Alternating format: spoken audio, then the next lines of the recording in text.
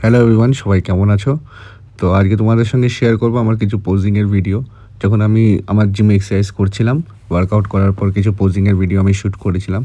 তো দেখো তোমরা কেমন লাগছে। এটা হচ্ছে ফ্রন্ট ডাবল বাইসেপ, তারপর আমি করব ফ্রন্ট ল্যাট স্প্রেড, দেন আমি করব সাইড চেস্ট। আসলে 5 বছর পর স্টেজে উঠতে যাচ্ছি, তো একটু পোজিং অসুবিধা হচ্ছিল, আমি সেটা বুঝতে পারছিলাম।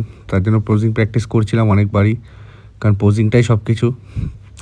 তারপরে ব্যাক ডাবল বাইসেপ করব। আর এখানে সমস্যাটা এটা হয়েছে যে আমরা যে হোটেলটা ছিলাম সেখানে পোজিং করার জন্য আয়না ছিল না। বাট ওই ভিডিও করে করে আমি অনেকবার পোজিং করেছি, সেই ভিডিওগুলো তোমাদের সঙ্গে আমি সব শেয়ার করব। তো পোজিংটাই সব কিছু।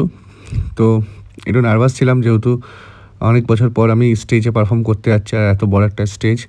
তো পোজিংটা ঠিকঠাক না করলে বডি শো করতে পারবো না। বডিটাকে ডিসপ্লে করাটাই হচ্ছে সব কিছু বড় ব্যাপার। সারা বছর ধরে খাটাখাটনি করে যদি তুমি 5 মিনিটের মধ্যে